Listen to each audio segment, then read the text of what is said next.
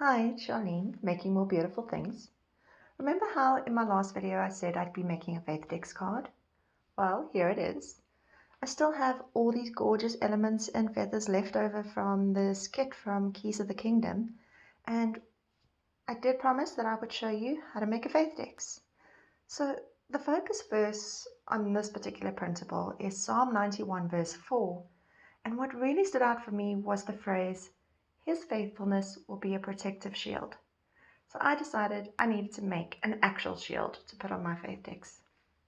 I sketched out a shield template on some cardstock and then cut them out. I did check them against the Faithdex card just to make sure they weren't too wide. If you are keeping your cards in a box, then you have to make sure that the width of the card fits inside the box. You can make the cards taller and layer elements on them so that they're thicker. You just can't make them wider. So I'm playing around with Distress Oxides. You'll see I rubbed some color straight onto the edge of the shields, and then I spritzed it with some water just to activate that oxidize effect. Then I put them one side, let them dry while I cut out the other elements that I'm planning to use. So if you haven't made a Faithdex card before, you're probably wondering what it is and what do you do with it. Well, as far as I know, it was Heidi Swap that first created them as like a Rolodex system that she called a memory dex. So it was a scrapbooking thing first, and the idea was that you could design these cute little cards with sort of snapshots and then display them in a really pretty box or Rolodex system. The Bible journaling community then obviously grabbed onto this idea as a great way to capture verses and thoughts or even prayers. And the beauty of these cards is because they're small, they don't really take that long to make. And they're a great way of using up your stash because I don't know about you, but I'm a hoarder and I keep every little scrap. For me personally, I've been using this system as a way to sort of summarize the different devotionals and Bible studies that I do. Often when I do a study, I have some sort of theme or principle that goes with it, and I almost always have bits left over that I didn't use and I just can't bear to throw them away.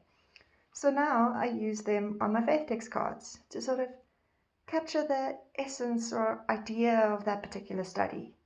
So, very often a specific verse or thought just stands out for me more than anything else, and that's what I usually put on my Faithdex cards. So that way, when I go back and I look at them, I have a sort of instant reminder about that study and how God spoke to me through it. So I'm planning to put one shield on each side of the card. So obviously I just got to assemble the shields first. As I mentioned, you can really have fun with the layering on these cards because you don't have to really worry about them being bulky. Actually, with these cards, the fun part is that anything goes. Any product can be used, any technique. You can really have total creative freedom. There isn't even an actual exact size that these cards should be, as long as they fit inside whatever you're displaying them in. The one I'm using was cut from a template on a friend of mine's silhouette machine, and it's about 4 by 3 inches. But when I'm done with the first shield, I move on to the second, and the idea is that I want the second shield to be protecting some little chickens. Just like God calls us to shelter under his wings and covers us with a shield, it sort of makes me think of the way a hen would cover her chickens with her wings. So I cut out the words protective and shield and then mounted them on some cardstock before I stuck them down. This just creates a nice border and just kind of really makes the words pop. And I use those little foam square thingamabobs that you use in scrapbooking just to raise the words a little bit off the surface. I really am so crazy about these gorgeous feathers and the colors in this printable. I've put the link for it in the video description, and there's also a code that you can use to get a 20% discount off all the printables in the Keys of the Kingdom website and her Etsy store. So if you haven't checked it out yet, please go and have a look.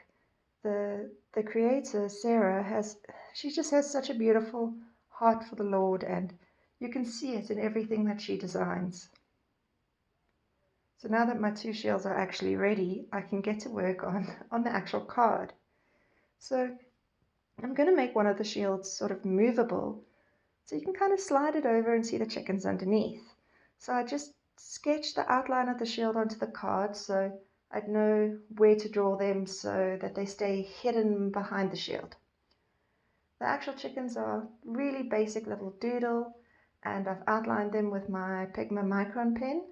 And then I'm just going to go in with some watercolor and add a pop of color to the beaks and to the wings. And then I also have this like dot texture stamp thingy that I'm going to stamp along the bottom just to look a little bit like chicken feed or ground. And voila, we have our little chickens. I just love these cute little doodles. They're so much fun to make. But it's basically done, so I can start assembling the whole thing. So I need to join the 2 shields together at the top. So I hold them together and then sort of poke a hole through it with a needle and stick one of those brads that you use in scrapbooking with the little pins on the other side that sort of lie flat so that you have the one side that can move. And then I just stick everything in place. So it's the last couple of feathers. So everything lines up on each side. Get stuck down with my trusty Tombow glue. And once that's all stuck, I can attach it to my Faithdex. So if your fingers get sticky from your Tombow glue, you can always add a dusting of baby powder, and that just totally removes the stickiness, which is a great tip because if you're like me, I get this glue everywhere whenever I work with it. But it's such a great product and it works so well. So I've stuck it down, and then you'll see how the top just sort of slides open and closed. And now I have a beautiful reminder that I can keep in this box that my hubby made me. Thank you for watching.